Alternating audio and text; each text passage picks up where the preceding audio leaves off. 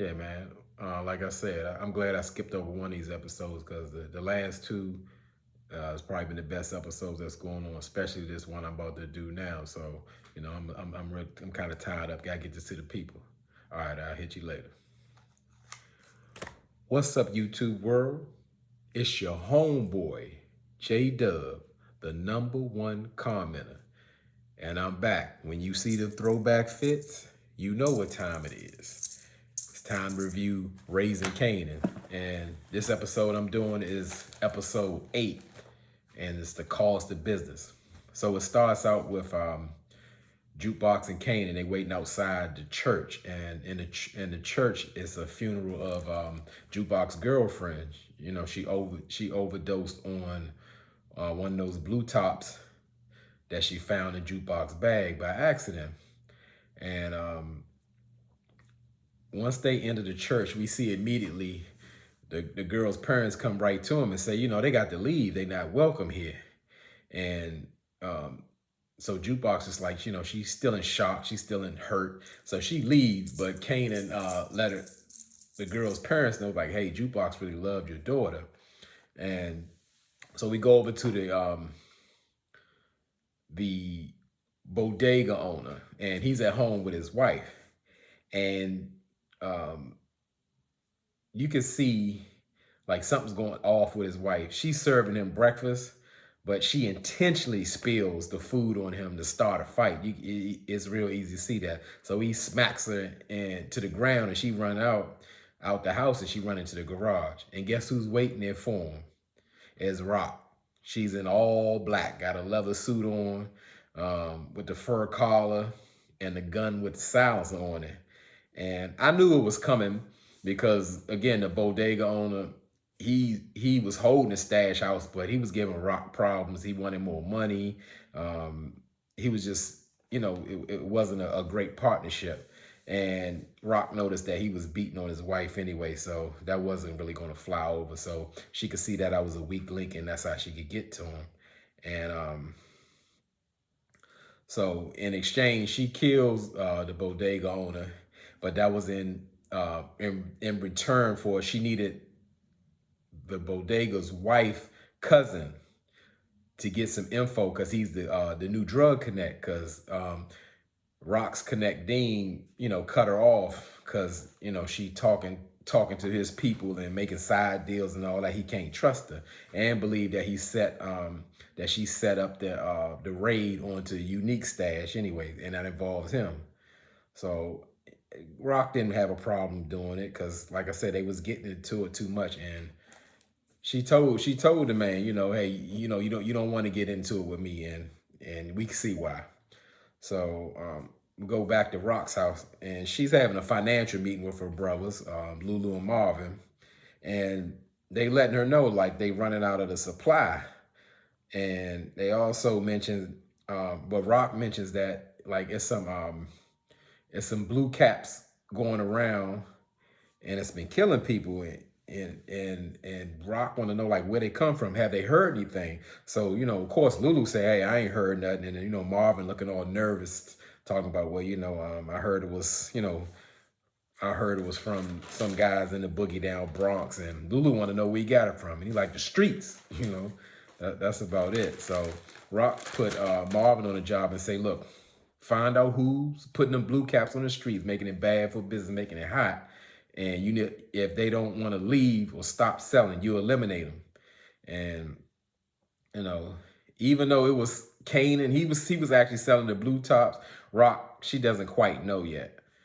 So so they done with that. I guess the financial part of it, and Rock really want to know where Lulu heads at, because she kind of thrown off that Unique wants to kind of recruit Lulu to flip, and Lulu let her know, you serious? Like you really asking me that? Whenever he said, whenever Unique even put me in the ground, he gonna see that I'm flying the same flag I always flown. Because I don't flip for nobody, for anyone, and you already know that. So like, why are you asking me that? And she was like, yeah. Rock was like, yeah, that's what I need to hear. That's what I need to hear. So he reassured her that she don't have nothing to worry about him flipping. And I can kind of see that because why would Unique approach him? And that's her brother. And what would, make him comfortable say, well, why don't you come over to my team? So so far, Lulu has reassured Rock that everything is all good with him on his side. So we see Unique in his store, his little clothing store, and he's upset. He's breaking stuff and going crazy, and about them blue tops, because now, people dying. That's bad for business, and that bring the cops around, and Unique go with his favorite line. It got rock stink all over it, about putting that putting them blue tops on the street. And Unique right hand man Warrell tell him like, I ain't heard that. And Unique said, ain't about what you heard. What I just say? So Unique tell Warrell, look, call the people upstate and let the crew know they need to tool up. It's about to get real smoky out here. So he about to bring water Rock because he believed like she behind putting that bad product on the street to mess up his business because he got all the product. He got his own supply and he got Rock supply. So we see Detective Howard's partner. They Detective Howard and his partner investigating like who's putting the blue caps out in the street. So they walk up to one of crackhead and ask him, what's going on and give him a little money or whatever. And he didn't took him through all this song and dance, but he finally tell him, the dudes, there's a little young dude named Lil Rob out of Queens that be having the blue tops, and he be at the strip club, and from there, Detective Howard is just going to run with that and find out Lil Rob and press him out and find out where them blue tops coming from. So we see Marvin. He's on edge. He nervous because he keep paging Kanan, to come over his house like right now, 911 emergency, and Kanan want to know what's going on. And once Kanan get over there, Marvin asks him, is everything handled with the blue tops? And because he don't want it to get traced back, to him and Kanan, because he know Rock gonna find out, and Kanan know Rock gonna find out, and Marvin rightfully so got to be worried. Marvin like, well, I know she won't kill you because you are her son, but me, she'll probably get Lulu to kill me just for doing that. And I'll say rightfully so, even though that's her brother, but that was just like a real dirty move that they did, and it just blew up in their face. And that's kind of normal for Kanan, everything going wrong because he think he know everything. He got the game sold up, and it's proven he's wrong. So Detective Howard finally pick up Lil Rob at the strip club, and he pretend he got a warrant for 6 murders. He took like a menu off the strip club hostess desk and told Lil Rob, I got the murder, and I'm gonna throw you in jail, and just threatening Rob and all that. And Rob, he and I get scared and crack, and he tell Detective Howard, it's a little dude on the south side, like Kanan. That's where he got the blue tops from, and I mean, and that's a huge mistake. Lil Rob, he buried himself by just saying that, because now he's snitching, but he thinking like that ain't gonna go nowhere but to right there between Detective Howard. And that just usually happens with snitches. The people use snitches for whatever they do. They don't keep it a secret or don't tell nobody or protect them. Once you do that, you're exposed. You think you're saving yourself, but you're not. And that Lil Rob fell for that fake warrant. Ain't wasn't nothing on that paper. He ain't have no charges on him, but he got him to sing. So Lulu, he goes over to pay a visit to Crown, aka Albie Short Jr., aka P. Diddy stepson. And I gotta say, just gotta give it up for Crown. He doing a great job. I mean, I was surprised. He's a good actor. I gotta keep giving it up, giving props. It's like all the characters on this show are strong. I'm gonna say, with the exception of maybe Detective Howard, like every character they casted is perfect. But going back into it, Lulu shows up to Crown Studio with his attorney, and just pretty much tell everybody to, clear the room. And everybody really recognized Lulu as the boss because he's been paying all the studio bills. And Crown ain't really having that, or he ain't agreeing with that. But um, Lulu's attorney just let Crown know that Lulu is pretty much the half owner of Bulletproof Records, for all the investments that he has put into it. And, Crown ain't trying to hit that. He like, well, we got 2 songs dropping next quarter, and that's how you gonna get your money back, and be patient. And Lulu is saying, I ain't trying to hit, you past due. So just see the money as an investment.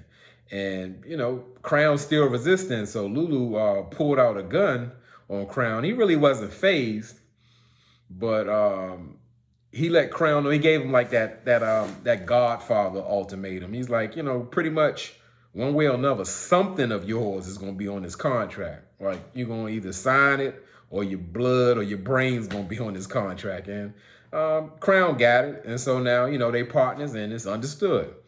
So we see Jukebox. She's outside her dead girlfriend's house, and she's waiting for the girl's parents to leave. And Jukebox breaks in like through a window, and she goes up to Nicole's old room and finds a videotape of her and Nicole singing 2 occasions. And she's watching it, and she's like shaking and falling apart. Like, you can see she's distraught. She's so emotional. It's like she don't even care that she just broke into these people's houses and sitting there just watching videos. She gone. Her mind is gone, and she going through it. So we see Rock. She riding, in a Range Rover, and she get pulled over by Detective Howard, and he insists that they go meet somewhere private, or he's going to arrest Kanan for some murder warrants, and he's saying he got proof. So they Rock agreed, and when she hear that, that's her baby boy, so she gonna go with him. And as they talking, Detective Howard tells Rock that Lil Rob told him that Kanan supplied that info, that's where the blue tops come from. And from that second, I was like, Lil Rob is gone. Like, he's dead off the top. Like, that's it. It's over. Lil Rob no more. And this conversation was like really revealing. And why I say that, like, Detective Howard wants Rock to introduce him to Kanan, as his father, so he can get to know him, or so he says. And Rock refuses. But Detective Howard saying like, more it's the right thing to do. But I really believe his Detective Howard motives, like, he need that bone marrow to kind of save his life. So he's really like pressing up on Rock to get contact with Kanan so he can try to save his life. Not that, he wouldn't want to have a son, but at this point, it's just not a good idea. And like, Rock is pushing back the whole time about, because she not having. She basically telling Howard, like, hey, if you do that, Kane is gonna be a marked man. He in the streets, so he can't have a father as a police detective. And Howard ain't trying to hear it. But also, while Howard talking about, it's the right thing to do to introduce to my son, Rock put a statement to him like, was it the right thing to do when you was like pushing up on me when I was 16? And he was like, oh, you said you was 17 and you was graduating from high school. And she's like, so every time you saw me, I had a geometry book or whatever. And so we know, like, Detective Howard was creeping on a teenager, and she ended up getting pregnant by Howard. But everybody thought it was her boyfriend Defcon's baby. And Rock let Detective Howard know that Defcon was actually, she used the term, he was left-handed. And that means that Defcon wasn't into women at all. He was paying Rock to be his cover, that he liked girls. So when she got pregnant by Detective Howard, Defcon was like proud of that, and saying like, people thinking like, hey, I made this baby, and that's my girl, and that's what he wanted to think. But Detective Howard kind of tried to down DEF CON and saying like, oh, DEF CON was a fairy, and Rock let him know. She's like, hey, he's 10 times more man than you will ever be. Just to let him know straight up. And like I said, that was like all revealing. And didn't know Detective Howard was messing with Rock when she was a teenage and 16. Didn't know DEF CON was left-handed and paying Rock to, be his cover. And, Detective Howard in this conversation, he's just not letting up. He again, he's still threatening Rock, but he doesn't know that that's a very dangerous game that he's playing with her, or thinking, Rock can't let that happen. She's a major drug dealer and her son is in the streets, and that's certainly bad for business to know that she's messing with the police and she got a baby by him, and that's putting Kanan at risk. She ain't gonna never let nobody put Kanan at risk. So um, Detective Howard just saying like, I need to talk to Kanan directly, and you better make that happen, or I'm gonna expose y'all. So immediately after that meeting, Rock made a phone call, and I believe it was to Lulu, and told him, I need you to pick up that dry cleaner in Harlem. And the scene went.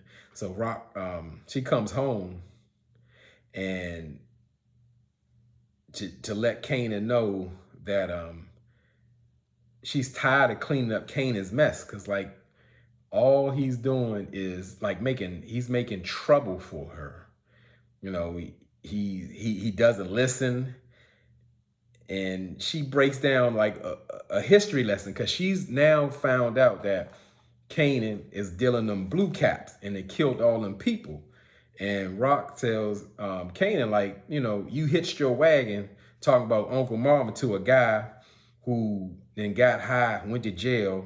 He don't think, but that's who you follow, and that's who you linking up with. But you're not listening to me. I'm just tired of cleaning up all your messes, all the mess you making. I had to clean up that situation with Buck 20, with D Wiz, and Kane like, D Wiz, how he getting to play? And Rock just let him Kanan know, like, yeah, I had to kill him because the streets was calling for a body, like that song that Famous made. Streets needed a body, and they wanted you, Buck 20's people, as well as Unique. So they had to give him a body, and it wasn't going to be him. And pretty much Kanan was trying to blame her, and Rock was like, and you to blame, and slapped him to the ground, and said, guess who the blame is? So Kanan runs off, and we go to that. After that, Rock and Marvin, they visit the new stash house. The apartments that's one level up and down on it. And Marvin could feel the energy. He knows something wrong. They got workers going in there, and Rock tell everybody, let's just take a break.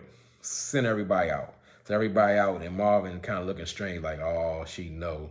And as soon as Marvin turned her back, Rock picked up a 2x4, bap, bust him right in his back, and hit the ground. And she let Marvin know, like, I can't trust you. I can't count on you. You had my son out there, selling them blue caps or whatever, and putting them at risk. And Marvin tried to explain, like, well, it was a brilliant plan, and I did it for the family business. And she wasn't here with that, and she was like, she done with him. She don't even want to see Marvin no more. If he got any more work, bring it back to this to the stash house, and they done, and that's it. But it's one thing that kind of threw me off. This story was like, all the stories, like, it's flowing, it's going together. But everybody remembers Marvin put a dead body in the walls of that stash house. Now, that was just some drywall putting over. That place would smell so bad it would stink so bad on both floors. That's how bad it would stink. So I don't get what happened to that body he put in the wall. Somebody got to answer for that. So we just gonna act like that didn't happen. You put the Marvin put the inspector's body inside that wall and put a piece of drywall over it. It ain't gonna stop it from stinking. So, all right, we're gonna act like it didn't happen or remember. But so because Kanan got into it with his mother, he go over to Davina's house. He looking for her, and he see a social worker, and he asking him like, where Davina, where his sister, or whatever. And the lady threatened to call the police, but then one of Davina's neighbors walked up and said like, well, um, Child Protective Services took Davina and her sister because her mother's been missing and she's actually been dead over a month. And it's better that way that, Child Protective Service got them because they can't make it on their own. And like Kanan is like destroyed because they kind of left on bad terms anyway. I didn't know was, I thought something was wrong with her mother inside the house or something, but Davina never really trusted Kanan for that due to that Buck 20 situation because she know he had something to do with it, especially with Famous making a song about it, and she read between the lines. So we go back to Jukebox, and she in the same place. She's still in Nicole's house after she broke in, and it's almost like she want to get caught. She like fell asleep on a typewriter just looking, and she get up, and Nicole's father walk in the room and like shocked to say like, Nicole, like you can't be here. You just can't be here. We didn't know, basically saying like we saw the break-in or the broken window and we called the police. And as soon as Jukebox looked at him, he could see how heartbroken she was. Her eyes was just welled up. You could tell she was crying. She was like, her face was like blank. She was gone. And she's in a lot of pain. The father understood that. So, but the mother said, Nicole's mother saw her and she just went off. She's like, oh, you a murderer. How you gonna be in my house and you to blame? Take these drugs back to the ghetto, and gave her the blue cap pill. It's empty, and said that Nicole overdosed and we had to lie to her family, to cover up. And so the police end up coming upstairs right behind them, locked Jukebox up, and she just gave up. And as they ride in the car, they got a call. The two officers got a call, say, hey, a detective requested that you kick the girl out. You got to let her go. And they didn't really want to let her go, but that's how they do. A high rank gave the call and they let Jukebox go. And at first, they didn't say which detective did it, but later on we'll find out who it is. So Marvin's at the club. He's with Tony D. He having his normal sex session with her in the office. And after they finish, Marvin asks, for the money that she owned. And she ain't giving it to him. And Marvin like, come on, I fronted you to work. Now you got to pay me my money. Then Tony was like, you can see a little camera or something beeping under her desk. And then she hit Marvin with a question like, well, I'll give you the money, but you got to tell me why I owe you the money. Like, she's not doing a very good job. You can hear it sound like a setup, and Marvin like, what you talking about? Like, you talking crazy. Like, this ain't even worth it. So he left, and he knew something was wrong. And I don't know if he saw those two undercovers in the club that was waiting on Tony, and they let her know, like, you looking at some charges, and you better come up with something real quick because you a distributor, and if you bring us somebody bigger, then we'll let you go. And she's telling the undercovers like, hey, him and his whole family selling drugs, and they much bigger than me, so we can get them or whatever, or trade place, because I can't go to jail. But the whole time, you remember Symphony, Rock's boyfriend, works at the bar. He's a bartender, and he sees her telling the police that, and he kind of fades in the back. It's like, oh, he's going to tell Rock. We better tell Rock if he knows what's good for him, because she don't like secrets. So Rock is having dinner with the new possible connect, the former Bodega's wife's cousin. They sitting down, they having dinner, and he's not really convinced that Rock is ready to be his partner, and he just like casually brings up like, hey, we've been following you, and his people pull out the guns and start pointing them at Rock and say, we know you've been dealing with Detective Howard. And Rock doesn't even blink. She got like 10 guns on her, and she just kind of reassure to connect that, she ain't no snitch or no rat. She like, this morning I killed your brother-in-law or whatever, and I did that for a favor to your cousin, because I take care of the people who take care of me. So, I ain't killing people in the morning and then snitching in the afternoon. That don't even make no sense. And the connect said, well, if you can pretty much explain your relationship or make sure it ain't no concerns or any problem with Detective Howard, and let me know what your plans are with the business, because Rock keep saying plans like it's going to be a revolution. It's going to be, the whole game going to change. He kind of wants to know what's going on before he works with her. And she said, that's all I need. Then, I'll have everything straightened out very soon. So we see Juke and Kanan, they sitting on the porch, and then they having a heart-to-heart conversation. They both heartbroken. Kanan heartbroken about Davina, and of course, Jukebox is heartbroken about Nicole. And, Jukebox did let Kanan know that that's how Nicole died from the blue tops, and Kanan's like, I don't have the words. But she was like, you ain't got to explain. It's really like our environment, our place where where we came from. It ain't even your fault. So it was good that she didn't blame, and she didn't even blame herself. It's just like, we in this crazy environment. So then we see Unique's crew from upstate. They tooling up, just like he said. And, he want to make sure this hit is a statement. And, we don't know yet who they going to see. But, they ready. They got Molotov cocktails. They got automatic weapons. They ready to go. And so we know what's on for real.